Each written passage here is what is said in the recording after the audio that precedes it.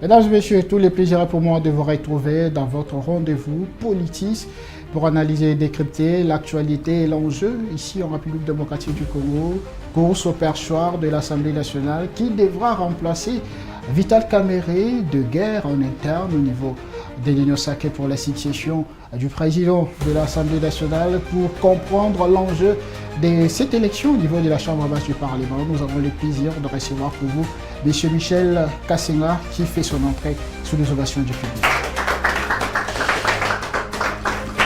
Salut Gaston. Monsieur Michel, bonsoir, très heureux de vous retrouver une fois de plus dans Politis. Merci, bonsoir et bonsoir à tous nos téléspectateurs des Bravo Télévision. Bonsoir également à notre public qui est présent aujourd'hui. Et donc, nous sommes ensemble pour répondre à vos questions. Et vous promettez que vous allez politiser ces plateaux? Comme toujours. Merci beaucoup. Merci. Prenez place. Sans plus tarder, avant que nous puissions commencer cette émission, dites-nous un peu comment allez-vous au regard de la situation politique de la République démocratique du Congo? Comme tous les Congolais, au regard bien sûr de la situation générale du pays, pas seulement de la situation politique de la République démocratique du Congo, mais également au regard de la situation générale du pays. Le pays va bien dans quelques secteurs. Il y a aussi des secteurs où il y a encore beaucoup à faire. Et en tant que Congolais, on fait de notre mieux pour nous adapter dans toutes circonstances et face à toutes les situations qui se présentent devant nous. Donc, je vais dire que personnellement, je vais bien parce que je suis ici et je suis en face de vous. Et personnellement, je vais encore bien parce qu'il y a des Congolais qui vivent dans des coins où ils vont bien, mais personnellement, je vais aussi pas tellement bien parce qu'il y a aussi d'autres Congolais qui vivent dans des situations catastrophiques. Voilà, à l'est de la République démocratique du Congo, mais aussi dans les Kwango comme dans les Kwilu, il y a cette recrudescence du phénomène Mobondo qui refait encore surface par-ci par-là, bien qu'on encourage les efforts de notre armée, les efforts du gouvernement pour éradiquer définitivement ces phénomènes qui est presque à la porte de Kinshasa. Qui est presque à la porte de Kinshasa. On va quand même ouvrir une parenthèse si on parle de la sécurité. L'insécurité à Kinshasa, on a tous vu ce qui s'est passé au niveau de Victoire, braquage, au niveau d'une banque de la place. Est-ce qu'on peut dire que ça devient récurrent à Kinshasa? Effectivement, cette situation commence à inquiéter. Pourquoi? Parce que c'est chaque jour que l'on se réveille avec une situation presque pareille.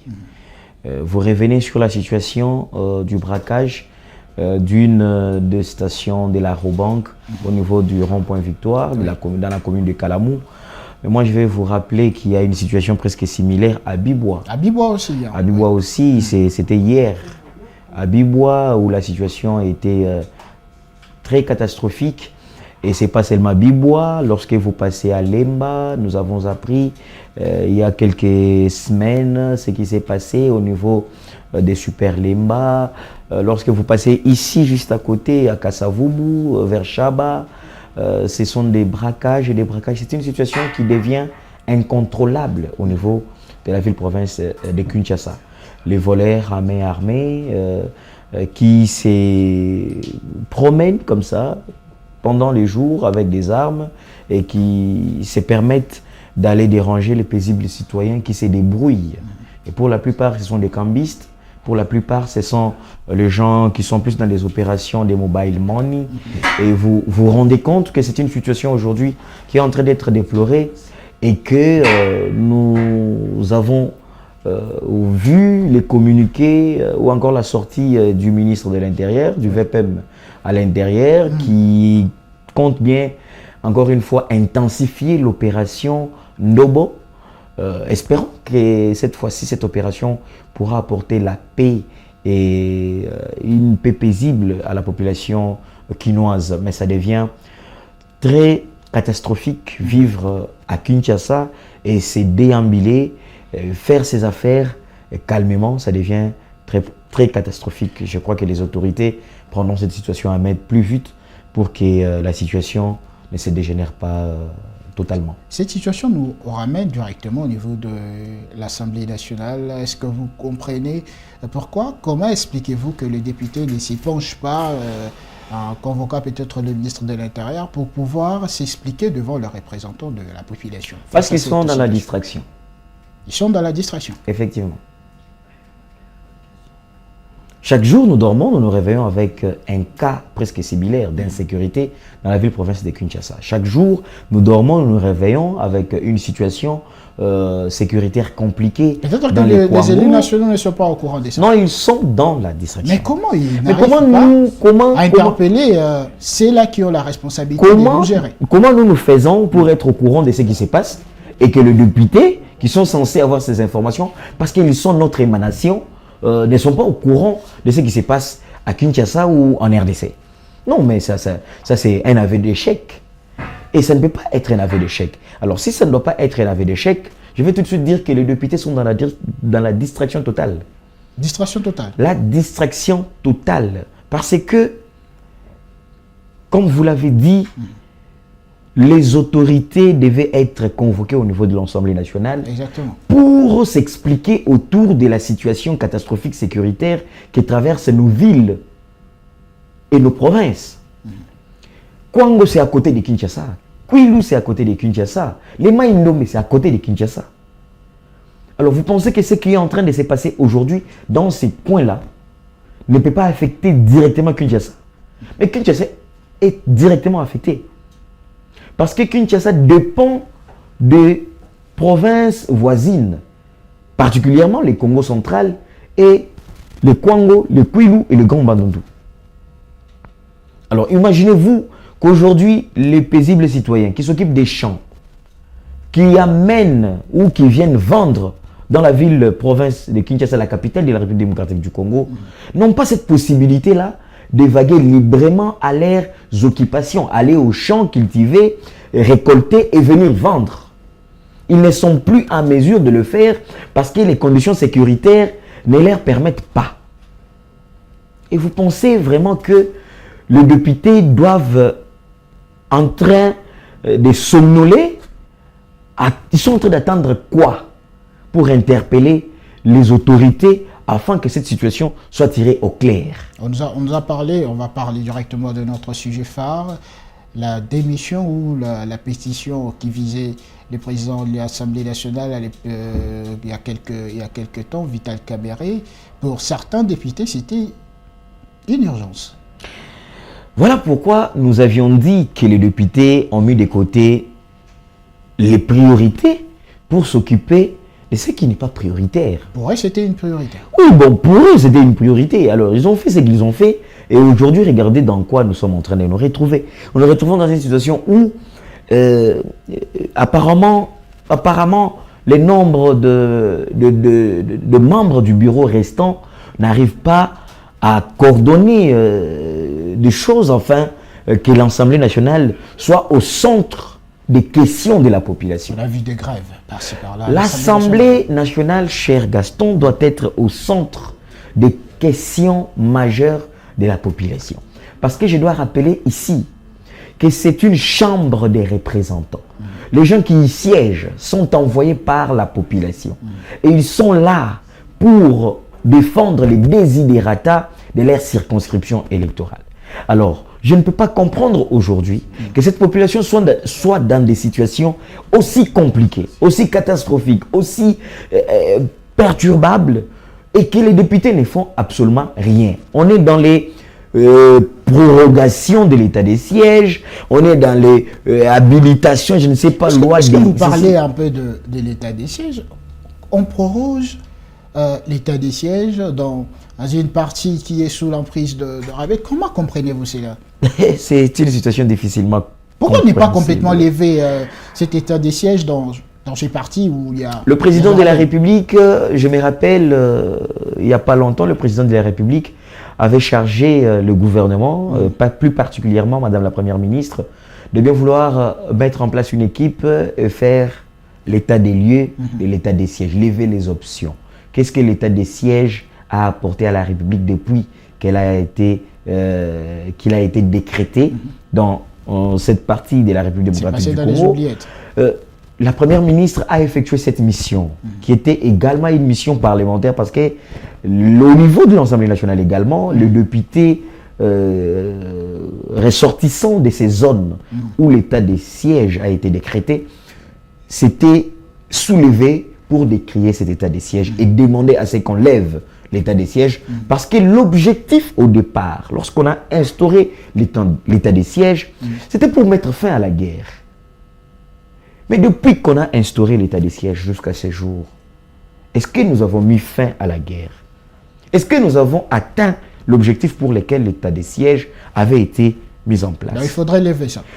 Pour les députés, c'était une option, lever l'état de siège et laisser la population vaguer librement à ses occupations. Le gouvernement aujourd'hui n'en parle plus. Le gouvernement, le président de la République ayant écouté les desiderata de part et d'autre, que ce soit que ce soit la population, que ce soit les députés, il a mis en place, il a chargé les gouvernements, la première ministre en tête, de mener cette mission d'évaluation de l'état des sièges. Qu'est-ce qui a marché? Qu'est-ce qui n'a pas marché? Ensemble avec le Parlement. Et Madame la Première ministre avait mené cette mission. Mais jusqu'aujourd'hui, où en sommes-nous avec les résolutions issues de cette mission menée par et le Parlement et le gouvernement? Avez-vous l'impression que c'est passé dans les oubliettes aujourd'hui? C'est l'impression que nous avons aujourd'hui. C'est l'impression qu'a la population aujourd'hui. Parce que lorsque les voix se sont levées, c'était avant même que les rebelles occupent la ville de Goma. Oui. C'était avant même que la ville de Bukavu soit sous l'emprise de la rébellion. C'était avant même que tous les territoires occupés aujourd'hui par les rebelles ne soient occupés. Et à l'exception de Bunagana à l'époque. Et donc, lorsque les voix se sont levées, c'est parce que ces voix avaient fait un constat. Et le constat était un constat amer. C'est-à-dire, l'objectif pour lequel on avait instauré l'état de siège n'avait pas été atteint. C'est sous l'état de siège qu'on a compté plus de morts. C'est sous l'état de siège qu'on a perdu la ville de Bukavu, non, la ville de Goma, la ville de Bukavu, qu'on a perdu tous ces territoires que les rebelles soutenus par les Rwandais occupent aujourd'hui. C'est sous l'état de siège. Alors, est-ce que l'état de siège avait été mis en place pour qu'on recouvre la paix dans la partie est de la République démocratique du Congo, où cet état de siège avait été mis en place juste par plaisanterie? Nous suivons tous les informations. Vous savez ce qui se passe aujourd'hui dans la province de l'Ituri, par exemple. C'est des morts qu'on compte par milliers aujourd'hui.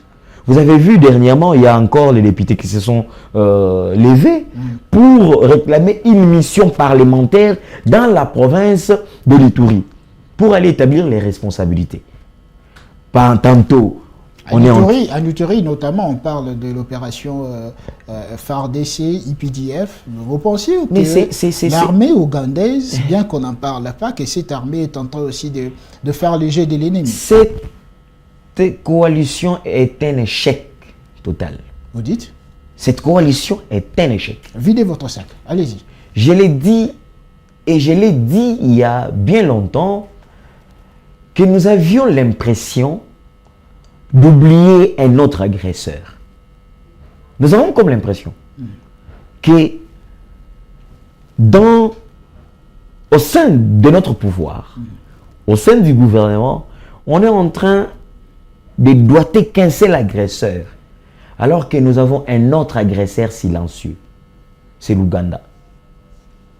Avec qui, tu viens de rappeler, on est en partenariat sur le plan militaire. Et on voit même on a vu le fils de Museveni à Kinshasa, qui nous dénigre de temps à autre. Qui nous dénigre de temps à autre sur les réseaux sociaux, mais qui arrive à Kinshasa, il est accueilli avec pompe et reçu même au palais présidentiel par le président de la République. Et quelques jours après, quand il rentre dans son pays, il écrit encore des choses. Il écrit encore des choses. C'est un agresseur, l'Ouganda est notre agresseur silencieux. Si on ne veut pas les reconnaître, si on doit demander aux opposants, si on doit demander à ceux qui ne veulent pas dire que les Rwandais nous agressent, demandons-nous aussi à reconnaître que l'Ouganda aussi nous agresse. Parce qu'on a vu, Bunagana, Bunagana, c'est proche de l'Ouganda. Oui, c'est la frontière avec l'Ouganda. Exact. Et l'occupation de Bunagana est partie d'où? C'est parti de l'Ouganda, qui avait émergé les M23, qui avaient été démobilisés ici en République démocratique du Congo. C'est l'Ouganda. Et aujourd'hui, ce qui se passe à Ituri, ces rébellions qui sont en train de tuer, qui sont en train de massacrer les populations dans les églises, dans les communautés. Ces rebelles viennent de quel pays? Comment nos services de sécurité ne s'y penchent pas sur le Les services de sécurité les savent. Je suis sûr et certain que nos services de sécurité les savent. Nos autorités les savent également. Mais peut-être que c'est par peur de ne pas ouvrir plusieurs fronts. On se concentre sur le Rwanda. Peut-être. Mais est-ce que c'est à notre avantage? Parce qu'on est en train de perdre les nôtres. On est en train de perdre des Congolais. L'Ituri est devenu invivable aujourd'hui. Allez-y, c'est chaque jour où vous avez des tueries en Ituri. C'est chaque jour où les communautés sont massacrées en Ituri. Alors que l'armée congolaise et l'armée ougandaise étaient en coalition pour traquer tous les groupes qui sèment de la terreur dans cette province. Alors pourquoi nous devons continuer à enregistrer les morts chaque jour si nous sommes en coalition sincère et que nous travaillons de commun accord pour mettre fin à ces tueries? Merci beaucoup, monsieur Michel. Je rappelle que vous êtes journaliste ici en République démocratique du Congo. On a fait juste une parenthèse et on la ferme rapidement. On rentre encore une fois de plus au niveau de l'Assemblée nationale où la course s'annonce serrée pour les postes du président de la Chambre basse du Parlement qui devra remplacer Vital Kamerhe. On a vu une liste pondue par le secrétaire permanent de l'Union sacrée avec 12 députés qui veulent remplacer Vital Kamerhe. Votre point de vue par rapport à ça d'abord? D'abord, c'est une démarche légitime pour les députés, légitime et légale. Mais aussi, c'est une coutume parlementaire. Ces derniers sont dans leur droit d'exprimer leurs ambitions. Lorsqu'il y a des postes vacants et qui ont besoin des remplacements, les députés sont dans leur droit le plus légitime d'exprimer leurs ambitions. Et donc, ces 12 candidats ou ces 12 députés qui ont exprimé leurs ambitions sont dans leur droit le plus légitime d'exprimer cette ambition et de vouloir conquérir pour remplacer les postes laissés vacants au perchoir de l'Assemblée nationale, le poste du président de l'Assemblée nationale, qu'occupait hier le professeur Vital Kamerhe, et le poste de la questeur adjointe qu'occupait Madame la princesse Munongo Inamizi. Ça, c'est légal et c'est dans l'air droit. Nous reconnaissons cela.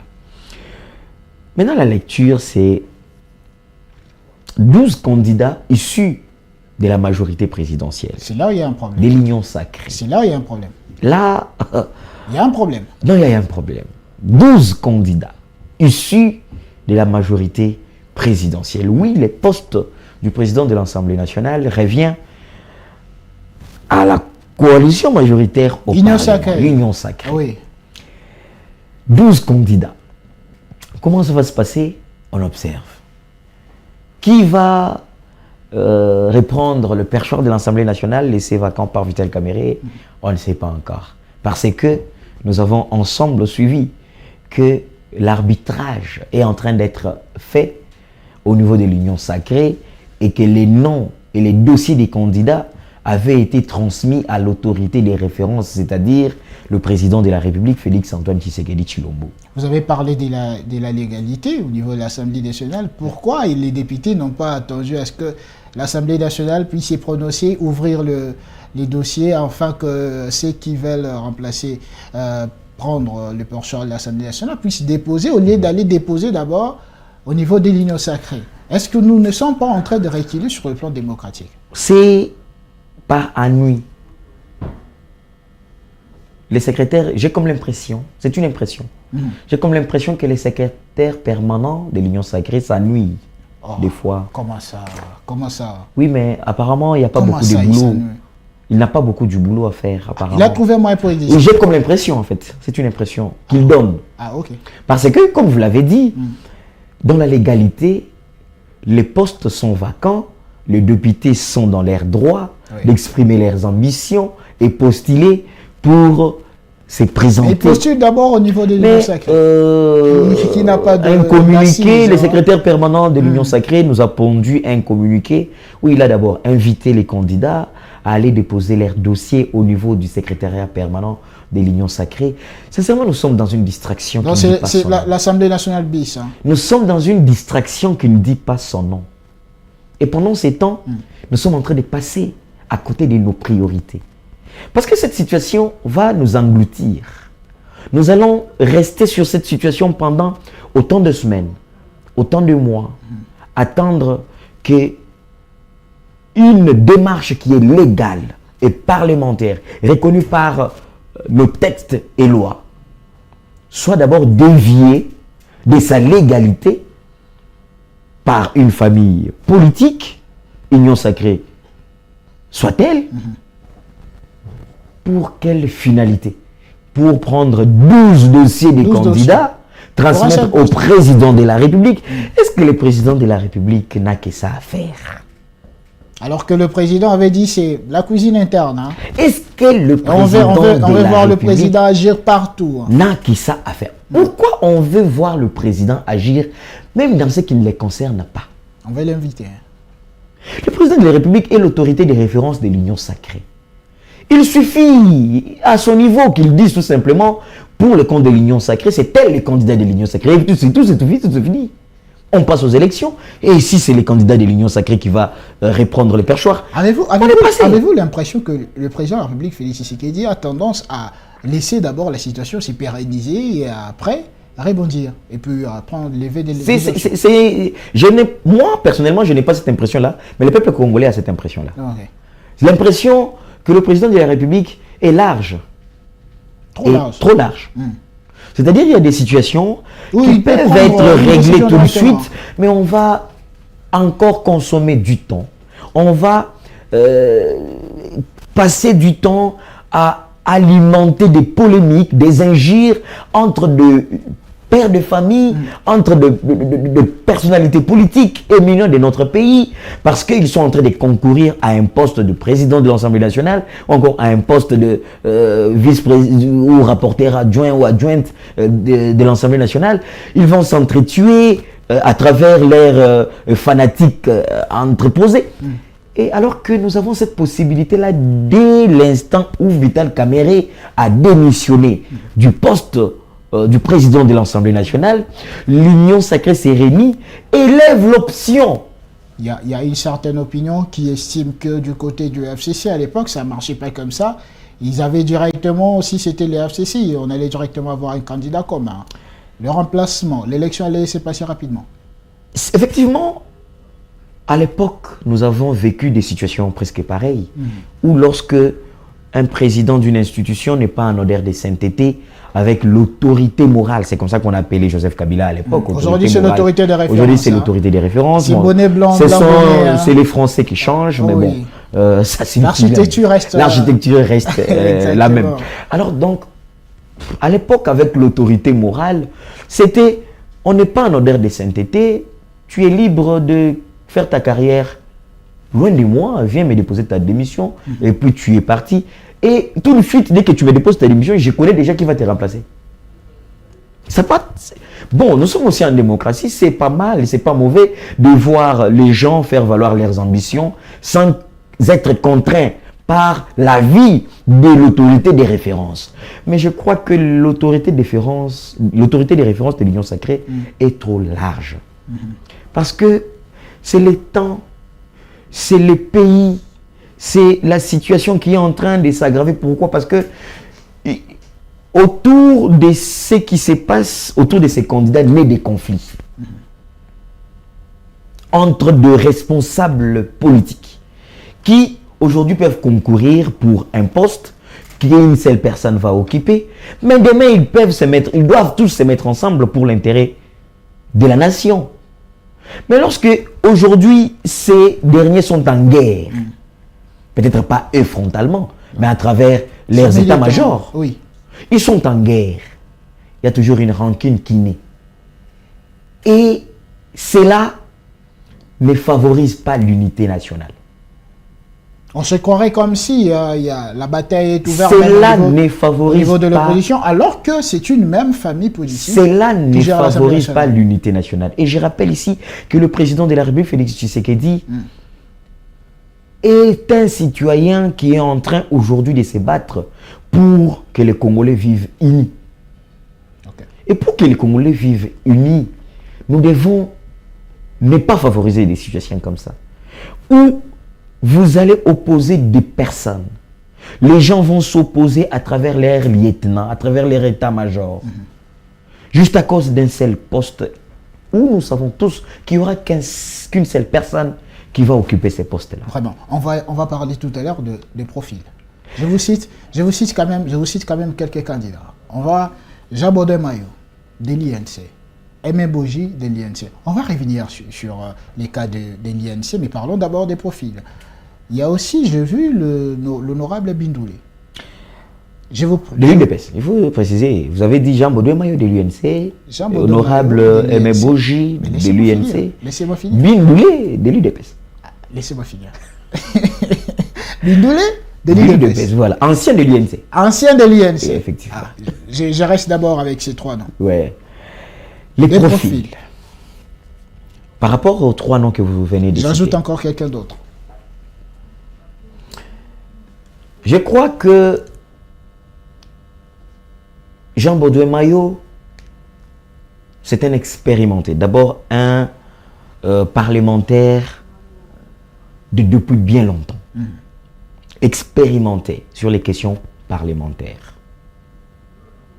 Mais aussi avec une expérience gouvernementale. Parce qu'on va se rappeler qu'il a été vice-premier ministre et ministre du budget. Il est le deuxième secrétaire général de l'Union pour la nation congolaise, parti cher à Vital Kamerhe, Jean Baudouin Mayo. Et il est l'avocat du peuple, comme on l'appelle, chevronné. Et donc, c'est un profil compétent pour ces postes. Aimé Boji. Aimé Boji Sangara, c'était également un profil très compétent également pour ces postes. Je rappelle ici qu'Aimé Boji est aussi ancien parlementaire. Et depuis un très bon moment.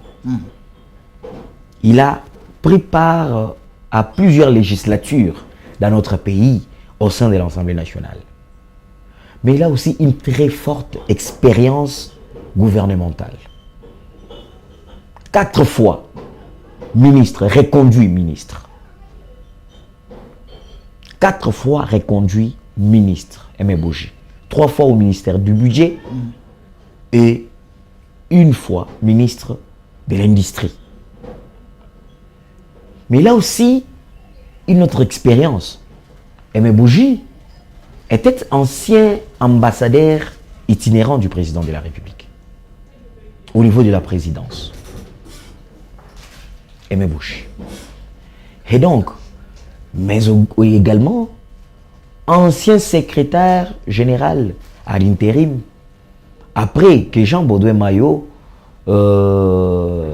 soit parti au gouvernement. Aimé Boji a repris le secrétaire général de l'Union pour la nation congolaise, toujours parti cher à Vital Kamerhe. Donc, c'est un profil avec expérience, mais aussi un profil prêt à servir la nation. Honorable Bindoulé. Honorable Bindoulé. Crispin Bindoulé. De l'UDPS. Ancien de l'UNC. Ancien de l'UNC.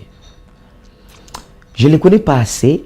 J'aurais vraiment du mal à... Il faut rappeler qu'il est l'initiateur de la motion contre Vital Kamerhe. J'aurais du mal à bien parler de lui parce que je ne le connais pas assez.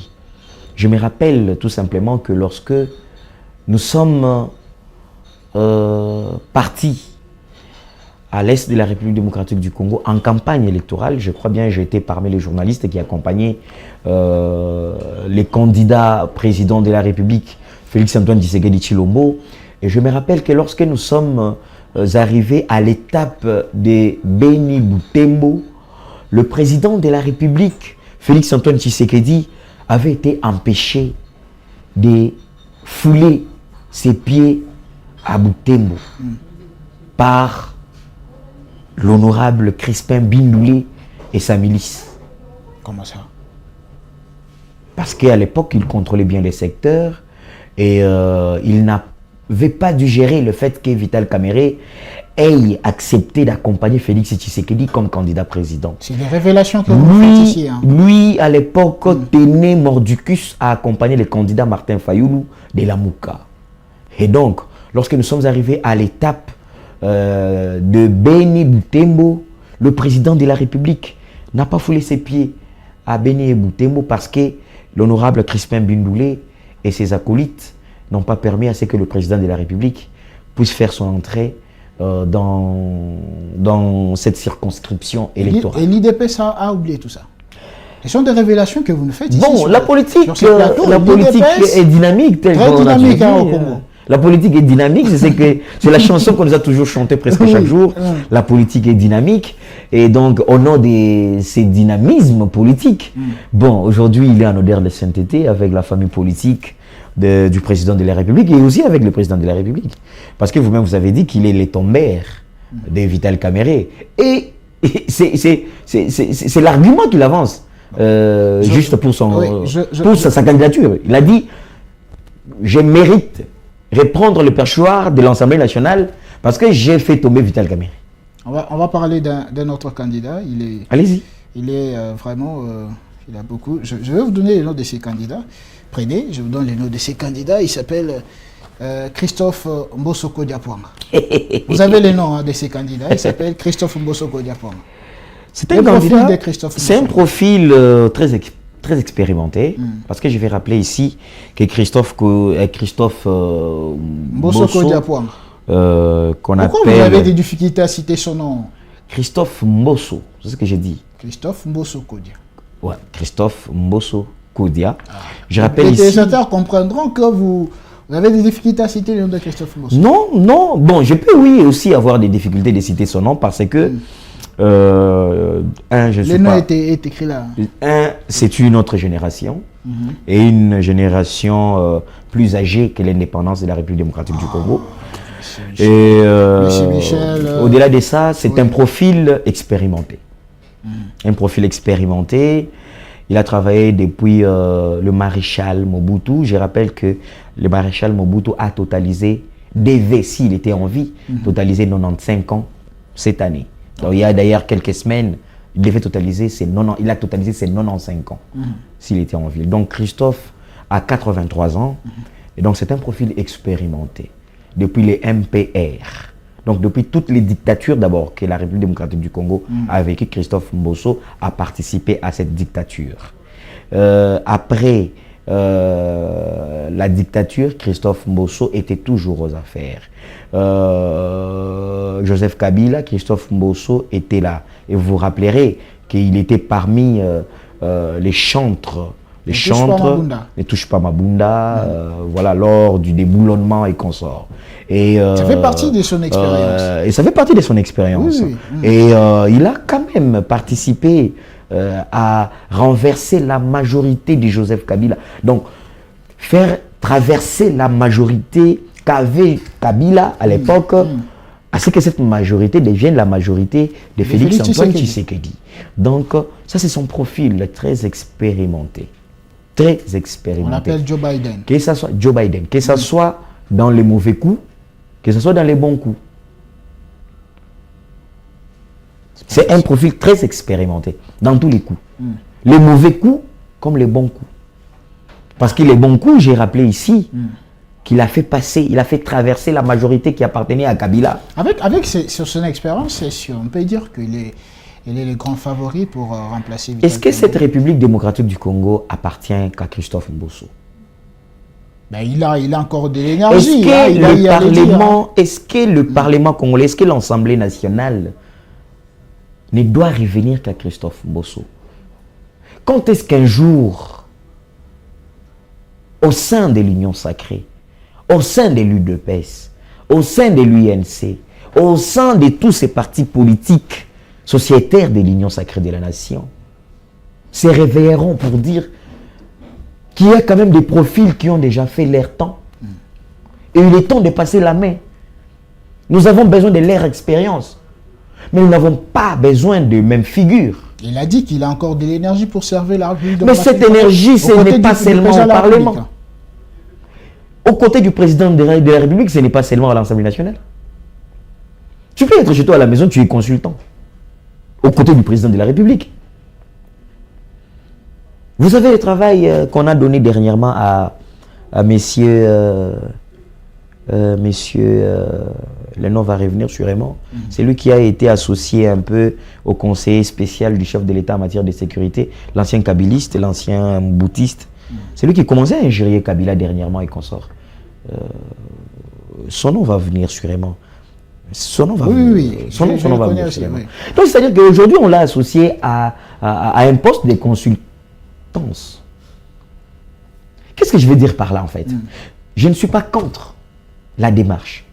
Mais je me dis, même dans son bon sens, il doit aussi arriver à un moment où il dit non, il est temps de passer les ponts.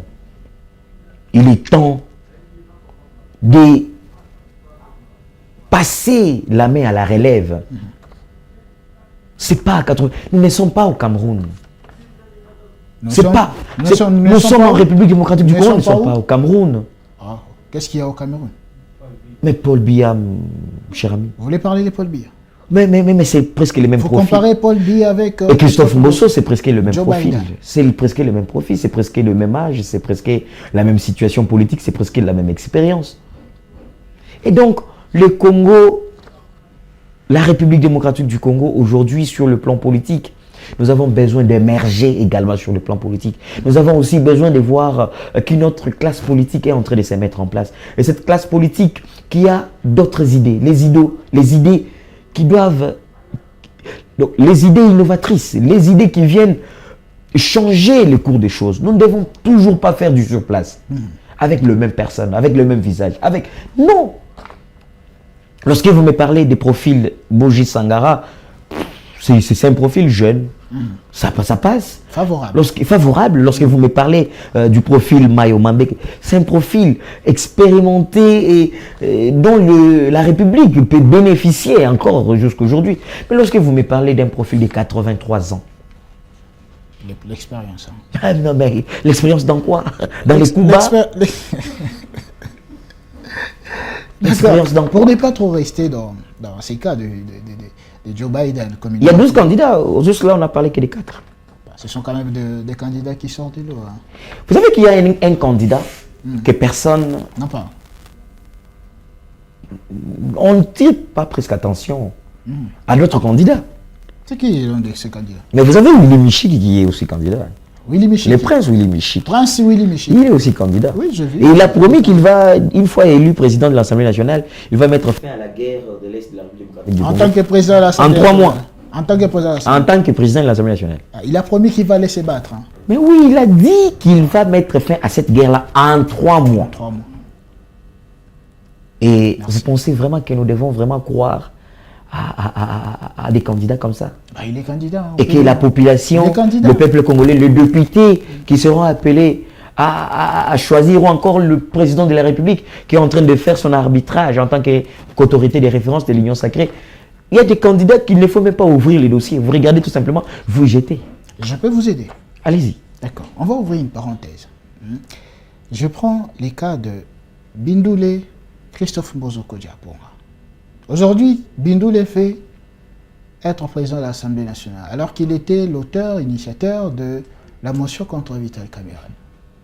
Qu'est-ce que vous comprenez par là? C'est la guerre du palais. La guerre du palais. Guerre du palais. Crispin Bindoulé, je peux dire que c'est un règlement des comptes. D'abord, cette histoire d'émotion, ce qu'il est en train de faire aujourd'hui, c'est un règlement des comptes. Comment envers la personne de Vital Kamerhe. Ben, il est libre en tant que député, il peut initier un règlement de compte envers envers la personne de Vital Kamerhe. Vous savez pourquoi je dis ça? Pourquoi? Vous savez que Crispin Bindoulé a nourri l'ambition de devenir secrétaire général de l'Union pour la nation congolaise lorsque l'honorable Jean-Baudouin Maillot a été nommé au gouvernement. La session de révélation. Crispin Bindoulé voulait à tout prix reprendre le secrétaire général de l'Union pour la nation congolaise. Et tout part de là. Tout part de là. On va donner l'intérim du secrétaire général à l'honorable Aimé Bourgé Sangar. Donc c'est un frisson. Crispin Bindoulé n'a pas avalé cette pilule. Donc il y a eu la frustration. Deuxièmement, dans les quotas de l'UNC au gouvernement, on devait avoir un ministre issu de la Grande Orientale, en fait du Nord Kivu. Et dans la coutume politique, généralement, lorsque vous avez un quota dans une majorité ou encore dans une coalition du pouvoir, ou dans un partenariat, dans une alliance du pouvoir, généralement, ce sont ceux qui se sont fait élire qui doivent occuper les postes de mandateurs. Et Crispin Bindoulé attendait être nommé ministre pour les comptes de l'Union pour la nation congolaise dans le gouvernement Ilunga Lunkamba pour les comptes du Nord Kivu. Il n'a pas eu gain de cause. Il n'a pas été nommé. La frustration a commencé là. À la place, on a bien sûr nommé un élément, un patriote du Nord Kivu toujours, mais qui n'était pas député. Deuxième pilule amère que Crispin Bindoulé n'a pas pu avaler facilement. Et après ces deux pilules, il a déclaré la guerre contre son mentor, Vital Kamerhe.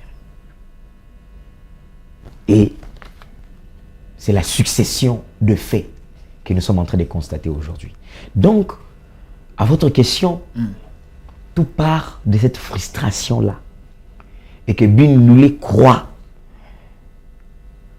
qu'il est en train de faire payer à Vital Kamerhe le fait qu'il n'a pas bénéficié de ces faveurs-là. Et les députés nationaux ont été emballés dans ces genres de frustration. Mais il y a beaucoup de jeunes parlementaires qui ne connaissent même pas encore la pratique parlementaire, cher Gaston. Il y a beaucoup de députés. Vous savez... C'est votre impression? Vous savez... Non, ce n'est pas une impression, c'est une vérité. Ok. Je m'assume.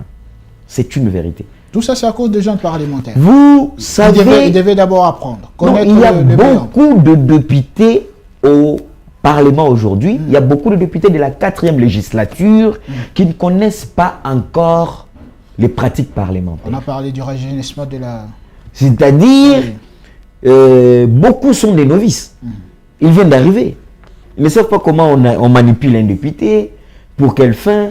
Est-ce que lorsque quelqu'un m'apporte cette motion pour que je signe, lui derrière sa tête, il pense à quoi?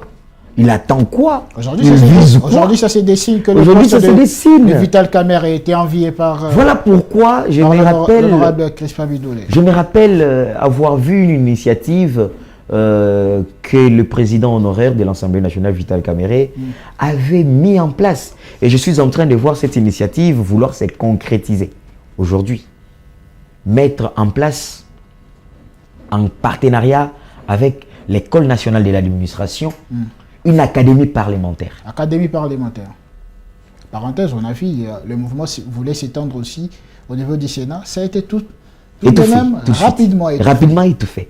Parce que l'objectif de Vital Kamerhe, en fait, l'objectif de Vital Kamerhe était, lorsque vous êtes élu parlementaire, député national ou sénateur, vous venez d'arriver, c'est votre première fois que vous arrivez, que vous atterrissez à Kinshasa par exemple, au Palais du Peuple, vous commencez à siéger, vous ne maîtrisez pas encore le méandre parlementaire. L'objectif c'était, lorsque vous êtes élu, vous passez par l'académie parlementaire, apprendre les us et coutumes du Parlement. C'est ça l'objectif.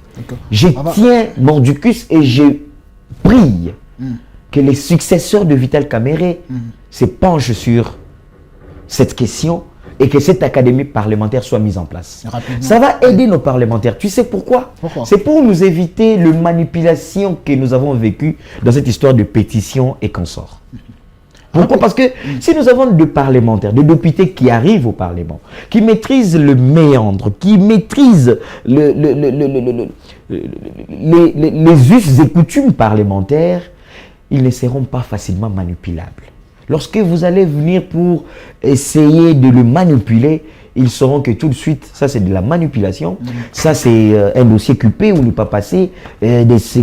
Voilà un peu l'objectif de cette académie parlementaire. Et je tiens et je persiste que ça sera une très bonne chose pour beaucoup de députés et pour ces députés qui viendront après. Qui sait, ça pourra être toi et moi. En quelques poussières de secondes, l'enjeu de cette bataille au niveau de l'Union sacrée, n'avez-vous pas peur que l'Union sacrée aujourd'hui puisse se retrouver au bord d'une implosion? Effectivement, l'Union sacrée. Au regard des candidatures, 12, et surtout au niveau de l'INC, il y a déjà des candidatures. Allez-y, videz votre sac. Déjà, je peux vous remettre votre nom? Merci beaucoup. Merci beaucoup, cher Gaston. J'ai encore vu les noms. Christophe Mbosoko Diapo. Déjà, l'Union sacrée, c'est une... union sacrée. C'est une union des hypocrites. C'est pas possible. Laissez-moi... vous m'avez demandé de vider mon sac. Videz votre sac. Allez-y. Je peux vous rassurer que l'union sacrée, c'est une union d'hypocrites.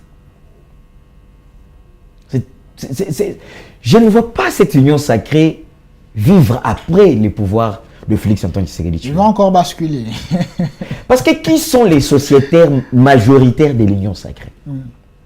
Allez-y. Qui sont les sociétaires majoritaires de l'union sacrée? Si l'union sacrée était fondée sur la base ou la fondation de ses pouvoirs, ou la fondation de ses régimes, nous retrouverons l'UDPS en première ligne et l'UNC en deuxième ligne. Cache. Hein. Les caches. Mais l'union sacrée a été ouverte.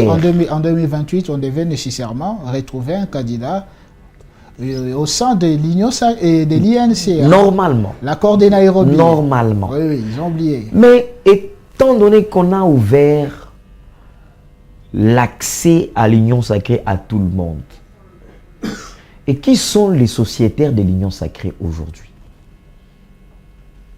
Rapidement. C'est les kabylistes pour la plupart et les mouboutistes pour la plupart. Ce sont ces gens qui sont prêts à basculer à tout moment, assoiffés du pouvoir. C'est là où l'eau coule. Il y a un adage qui dit, en lingala on dit Mbisi et et donc, la plupart des sociétaires de l'union sacrée sont comme des poissons. C'est-à-dire que demain, si Félix Antoine Tshisekedi Tshilombo n'est pas président de la République, ces derniers s'aligneront derrière celui qui sera président de la République. Si on parlera, je ne sais pas, d'une autre coalition, ça peut être Union Salité. Peut-être ils s'aligneront, ils viendront là-bas. Et ils parleront à mal de Félix Antoine Tshisekedi Tshilombo comme ils ont fait avec leur ex-mentor.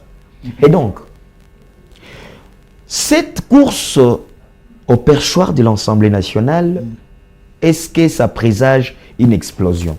Ça peut ou n'est pas? Rapidement. Si la question est bien gérée à l'interne, ça ne peut pas créer de l'explosion. Et mieux gérer la question à l'interne, c'est que le président de la République reprenne son pouvoir d'autorité des références. Mesdames et messieurs, après la démission de Vital Kamerhe, c'est elle que nous allons présenter comme notre candidat de l'Union sacrée. Vous parlez de l'Union sacrée, revenons un peu, en quelques poussières de secondes aussi, au niveau de l'INC, il y a deux candidats. Vital Kamerhe doit aussi nécessairement se prononcer. Avant même de... Parce qu'il y a beaucoup de choses qui circulent. On parlerait peut-être de la radiation de Aimé Boji. Il semblerait qu'il pourrait y avoir un communiqué pour valider la candidature de Mayo. Avant même de prendre cette question que vous venez de poser, j'aimerais finir en 30 secondes ma réflexion précédente. Allez-y, vous avez 15 C'est-à-dire que secondes. si au niveau de l'union sacrée, la question est bien gérée, la situation sera maîtrisée. Mais si la question est mal gérée, ça sera une explosion. Mais déjà, j'ai dit ici et j'affirme, je m'assume, que dans l'union sacrée, il n'y a pas beaucoup de gens sincères. Donc, c'est une union sacrée qui vit sous explosion chaque jour. Chaque jour, je le dis bien, je le répète. C'est-à-dire, on ne pouvait pas s'attendre à avoir 12 candidats. UDPS, 3 candidats. INC, des candidats. Les autres forces, ainsi de suite. Alors que vous êtes tous d'une même famille politique. Pourquoi vous voulez ménager un peu l'INC? Parlons de l'INC, il y a des candidats. L'UNC, des candidats. C'est stratégique ou je ne sais pas moi. J'aimerais dire ici que tous nous avons lu un communiqué de la direction politique de l'UNC. Dans les communiqués lus, en tout cas celui que moi j'ai lu, j'ai vu nulle part où l'UNC a un candidat. Par contre, l'UNC s'est remis à la sagesse de l'autorité de référence. Parce que l'UNC sait qu'au sein de son parti, il y a des ambitieux. Oui. Notamment l'honorable Aimé Boji Sangara et l'honorable Jean-Baudouin Mayo, qui ont manifesté leurs ambitions. En tant que personnalité politique, en tant que député, ils sont dans leur liberté de le faire. La direction politique nationale, j'ai suivi les porte-parole de l'UNC qui a demandé à ce que, qui a semblé dire que l'un a présenté son ambition au parti, mais l'autre ne l'a pas fait. Ça, c'est au niveau interne de l'UNC. Mais les communiqués au deuxième point dit ceci. Nous allons nous référer à l'autorité des références. L'UNC attend aussi des orientations. Et donc, l'UNC, vous savez, il y a quelque chose que j'apprécie à l'UNC, c'est la discipline. Et dans cette façon de faire les choses de l'UNC ne met jamais la charrue devant le bœuf. Merci. L'UNC reste toujours courtois avec ses partenaires. Merci. C'est pourquoi vous avez remarqué que l'UNC, dans son communiqué, a rappelé qu'il reste partenaire de première ère de l'UDPS et il reste premier partenaire de l'autorité des références qui est le président de la République, Félix Antoine Tshisekedi Tshilombo. Si le président de la République, Félix Tshisekedi, disait, parce qu'il a les dossiers des candidatures qu'on lui a soumis par le secrétaire permanent dans ses ennuis, bien sûr. Si il s'est dit que le poste revient à l'UNC et je vais prendre un candidat UNC que je vais présenter pour les comptes de l'Union sacrée. Et l'UNC s'alignera derrière ces candidats-là. Que ce soit Aimé Boji Sangara ou Jean-Baudouin Mayo. L'INC, ça c'est ce que moi j'ai lu dans les communiqués. Ça s'annonce très Donc, si le président de la République s'est dit que c'est Aimé Boji Sangara, tout l'UNC s'alignera derrière Aimé Boji Sangara. Mais nous avions déjà vu le regroupement politique, non, le regroupement parlementaire de l'UNC s'aligner derrière Aimé Boji Sangara. On a vu AAINC, qui est à travers l'honorable Gaborien Beaumaquillé, interfédéral de l'UNC ville-province de Kinshasa, qui avait fait un tweet pour dire que non, le regroupement s'aligne derrière Aimé Boji Sangara, par exemple. Nous avons vu Michel Moto qui lui aussi s'affichait. Tout de suite, il a manifesté son soutien direct du côté de Aimé Boji Sangara. Donc l'INC, en tant que parti politique, attend que l'autorité des références puisse lever l'option. Si l'option qui sera levée par l'autorité des références sera Aimé Boji Sangara, l'INC, tout l'INC s'alignera derrière Aimé Boji Sangara. Si l'option sera Jean Baudouin Mayo Mambeke, tout l'INC s'alignera derrière Jean Baudouin Mayo Mambeke.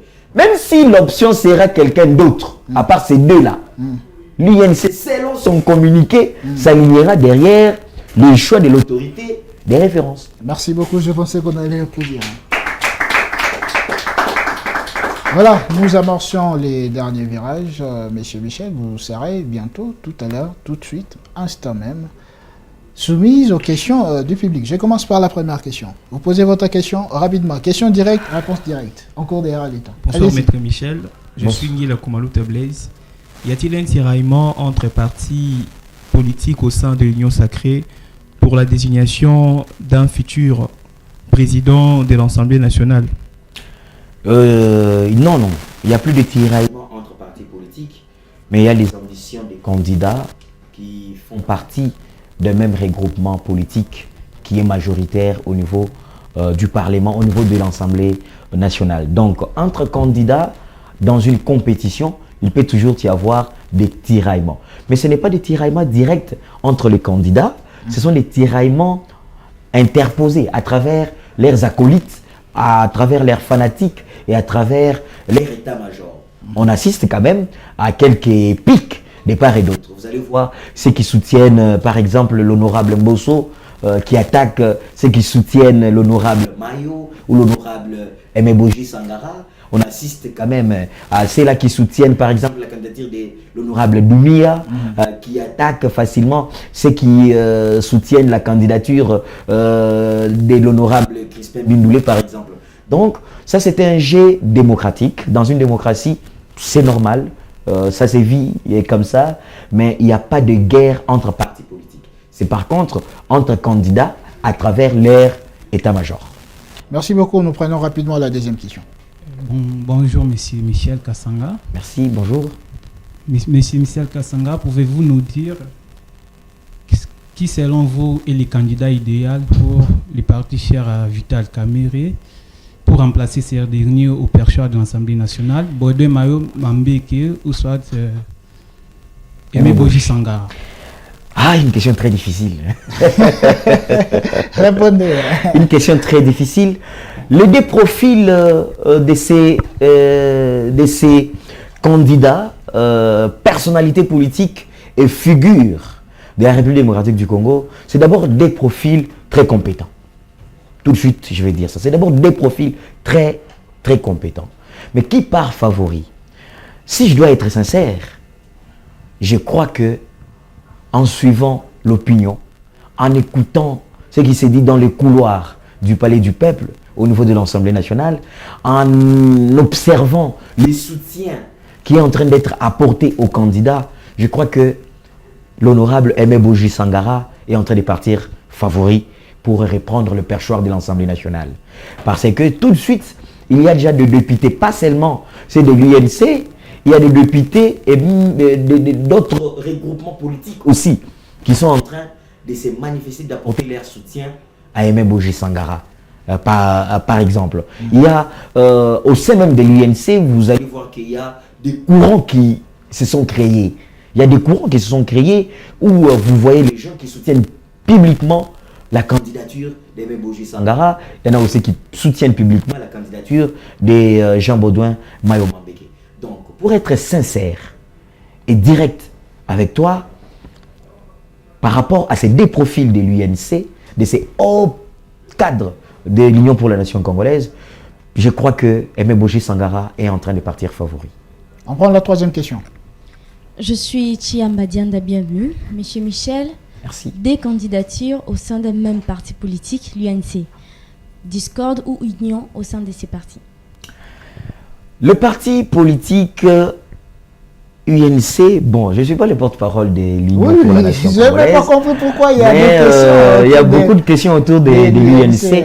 Mais lorsque nous observons la situation au sein de l'Union pour la nation congolaise, depuis sa création, l'INC s'est toujours distingué par la liberté d'expression et la liberté d'opinion, mais aussi la liberté de se sentir au point de briguer un quelconque poste. C'est une coutume au sein de l'UNC.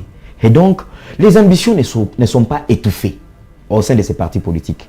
Nous avons plusieurs exemples depuis que le parti de Vital Kamerhe a été créé. On a plusieurs exemples où on voit que quand quelqu'un exprime ses ambitions, le parti essaie d'encadrer. Et s'il faut le remettre sur les rails, on les remet sur les rails au niveau de leur direction politique nationale et consort. Donc, des candidatures au sein d'une même formation politique, il n'y a pas de divergence. C'est possible, ça peut arriver. Il y a le pouvoir de l'arbitrage qui sera fait sûrement au moment opportun. Les ambitions, on ne peut pas les étouffer. Chaque candidat a exprimé une ambition. Et les partis a son pouvoir d'arbitrage qu'il pourra mettre en place plus tard pour essayer de voir, mais par rapport à nos deux personnalités politiques, qui est-ce que nous pouvons tout de suite, auprès de qui nous pouvons donner la chance pour que nous ne puissions pas rater ces postes, par exemple. Parce que partir aussi avec des candidats tout de suite, c'est de partager aussi les voix. Vous risquez qu'un autre candidat de notre parti politique vienne, par exemple, vous battre parce que vous n'étiez pas unis au départ pour rafler toutes les voix qui pouvaient revenir à l'UNC, par exemple. Et donc, je crois que le pouvoir de l'arbitrage reviendra à la direction politique nationale et au président national de l'Union pour la nation congolaise, qui est Vital Kamerhe, dont on reconnaît une certaine sagesse, une certaine capacité de conciliation et de dialogue afin de mettre tout le monde d'accord sur une candidature. Je crois qu'il n'y a pas question de divergence, de séparation et consorts. Ce sont des ambitions qui sont normales, qu'on peut exprimer dans un parti politique. On prend la question suivante, rapidement. Monsieur Michel, Sivanila Dina. Merci. Pensez-vous que cette élection pourrait-elle influencer la stabilité politique au sein de la majorité parlementaire? Oui. Tout de suite, j'ai dit oui. Cette élection va influencer beaucoup de choses dans la dynamique parlementaire. Pourquoi, madame? Parce que on est en train de voir aujourd'hui l'élection. Mais rentrons d'abord dans les rôles de l'Assemblée nationale. L'Assemblée nationale joue un rôle de contre-pouvoir. C'est-à-dire, dans sa mission, il doit contrôler les gouvernements. Il doit... c'est le contrôle du gouvernement, c'est légiférer les lois. Vous comprenez? Légiférer les lois, contrôler les gouvernements. Même lorsque le gouvernement est mis en place, c'est l'Assemblée nationale qui doit tout de suite d'abord écouter les programmes de ces gouvernements, les valider et instituer ces gouvernements. Alors, ce qui est en train de se passer aujourd'hui, si nous devons, dans une question parlementaire, où l'Assemblée nationale joue de son indépendance, on doit se référer à une autorité de référence qui doit, lui, jouer un rôle afin que le président qui sera président de l'Assemblée nationale vienne de cette majorité-là parlementaire et désigné au départ par l'autorité des références. Est-ce que la question que nous devons nous poser, c'est que est-ce que l'Assemblée nationale va continuer à jouer son rôle de contre-pouvoir? Est-ce que l'Assemblée nationale va continuer à demeurer dans son indépendance des contrôles du gouvernement? Est-ce que l'Assemblée nationale va demeurer dans son indépendance de la légifération des lois, où il y aura une certaine influence présidentielle sur la Chambre? Pourquoi? Parce que tout de suite pour l'élection du président, il y a déjà cette situation qu'on est en train d'observer. Donc, 12 candidats d'une même famille politique, l'équilibre ou encore l'arbitrage doit être fait par l'autorité des références. Est-ce que ces candidats-là, que l'autorité des références va choisir pour mettre à la tête de l'Assemblée nationale, va répondre aux prescrits constitutionnels, à nos lois, à l'indépendance de la Chambre ou à la personne qu'il avait désignée pour devenir président de l'Assemblée nationale?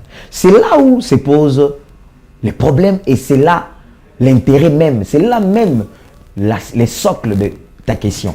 C'est une question importante et c'est là où le député, c'est là où l'union sacrée doit ouvrir les yeux. Il ne faut pas que l'Assemblée nationale devienne demain une chambre de plaisanterie où c'est la caisse des résonances de la présidence de la République. Parce qu'imaginez-vous que pour que moi je sois candidat au perchoir de l'Assemblée nationale, il a fallu que le président de la République puisse me désigner au sein de ces 12 autres candidats qui avaient manifesté leur ambition. Donc moi j'ai été désigné au milieu de 12 candidats. Je vais répondre à la loi ou je vais répondre à celui qui m'a désigné. Voilà en fait là où se posera les questions plus tard. Et voilà pourquoi on fait de notre mieux pour interpeller, que ce soit le régime, que ce soit l'autorité des références de l'Union sacrée, le président de la République, que ce soit les députés. Il ne faut pas donner l'impression que l'Assemblée nationale est devenue une caisse de résonance de la présidence de la République. L'Assemblée nationale est une institution indépendante et doit demeurer et vivre dans son indépendance et jouer son rôle de contre-pouvoir afin de bien contrôler l'action du gouvernement, afin de bien légiférer les lois qui vont faire avancer la République et afin de donner à la nation un budget conséquent, pas un budget sur base des appels politiques. Allô, faites passer ces budgets-là et puis ça passe. Non. Voilà un peu. Voilà, merci beaucoup, monsieur Michel Kassanga. Alors, je vais vous poser une question qui est hors politique. On va quand même quitter la politique. Vous êtes barcelonais ou madrilène? Répondez. C'est une question très difficile, très compliquée. Hein. Politis, donc les sports dans politis. Répondez d'abord. Je suis madrilène. Vous êtes madrilène? Ouais, je suis madrilène et je suis fier de notre équipe pour cette victoire, le premier Classico gagné par Kylian Mbappé. Ok. Lors de ces Classicos, il y a les joueurs du FC Barcelone, Pedri, il avait écopé d'un carton rouge. Maintenant, là, vous allez vous comporter un arbitre. Voilà. Vous avez 4 cartons rouges. Non pas à distribuer à Pedri. À distribuer à la classe politique. Exactement. Merci beaucoup. 4 cartons rouges. Oui.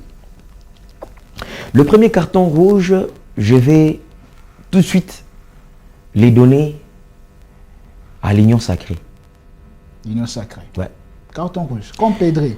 Allez-y. Carton rouge comme Pedri à l'Union sacrée. Pourquoi? Parce que l'Union sacrée, j'ai comme l'impression que l'Union sacrée n'aide pas les chefs de l'État.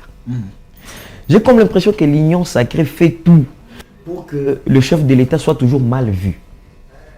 Donc, même des décisions qui peuvent se prendre au niveau de la coalition politique et que les décisions sont transmises à l'autorité des références pour avis, on va au-delà de toutes ces questions, au-delà de tous les problèmes que le président de la République est en train de gérer pour ces pays, on va encore lui associer 12 noms, 12 dossiers de candidature, des candidats qui veulent bien succéder à Vital Kamerhe au niveau de l'Assemblée nationale, pour qu'ils prennent le temps de commencer à étudier dossier après dossier. Les autres cartons rouges, vous les faites rapidement. Deuxième carton rouge, j'aimerais cette fois-ci les donner à un frère. Votre frère? Un frère. Un frère. Je vais donner ces cartons rouges à un frère. Les noms? Vous avez vu que le PPRDC réunit le week-end une réunion pour sauver les Congos. Pour sauver les Congos. Le PPRD, les partis politiques de Joseph Kabila. Oui. Alors que ces partis politiques, leurs activités avaient été suspendues. Et que cette suspension n'avait pas encore été levée. Est-ce une provocation? Est-ce une façon de chercher que l'on vienne les interpeller et que ça soulève encore, ça fasse couler encre et salive? Et donc, nous sommes quand même dans une république où nous-mêmes nous devons commencer à respecter nos lois. Lorsque le PPRD était au pouvoir, il prenait des décisions presque similaires et les partis politiques suspendus exécutés jusqu'à la levée de leur suspension. Et donc, ces cartons rouges, je leur donne à eux qu'ils comprennent que nous devons nous comporter en républicains. Ne faisons pas des choses aujourd'hui parce qu'on n'est pas aux affaires pour montrer au monde que la cause que nous sommes en train de poursuivre est une cause noble. Elle peut être noble, mais la façon dont vous la poursuivez, elle mérite un carton rouge. Comme Pedri, troisième carton rouge. Troisième carton rouge. J'aimerais que ces cartons rouges tombent au niveau de l'Assemblée nationale. Je les donne au niveau de l'Assemblée nationale pour interpeller et réveiller les honorables députés, nos représentants. Nous sommes en train de traverser une situation très difficile. Le pays est bouleversé par des situations d'insécurité de part et d'autre. Que ce soit dans la province de Kinshasa, que ce soit dans les Kwango, dans les Kwilu, à l'est de la RDC, à l'Ituri, et par-ci par-là, même dans les Congo central, ici à côté. Et donc, ces derniers ne doivent pas se comporter comme les enfants gâtés de la République, où il faudrait que nous puissions venir les interpeller pour qu'ils prennent ces questions à bras les corps. C'est leur rôle, nous leur avons choisi, nous leur avons voté, nous leur avons mandaté pour aller défendre ces causes. Et aujourd'hui, cette population est dans l'embarras. La population ne sait pas auprès de qui aller s'abriter. Alors que cette population a des élus qui siègent à son nom au niveau de l'Assemblée nationale. Chers députés, s'il vous plaît, réveillez-vous et vous devez interpeller nos autorités qui gèrent l'intérieur et la sécurité. Les derniers cartons rouges sans explication. Sans explication, les derniers cartons rouges. Comme Pedri. Je préfère bien garder ces cartons rouges pour la prochaine émission. Merci. Merci beaucoup. Votre mot de la fin. 30 secondes. Je vais remercier nos téléspectateurs. Je vais saluer les efforts que le gouvernement et le président de la République sont en train de fournir pour sortir le pays de cette impasse. Il y a plusieurs évolutions au niveau de la médiation, que ce soit à Doha, que ce soit à Washington.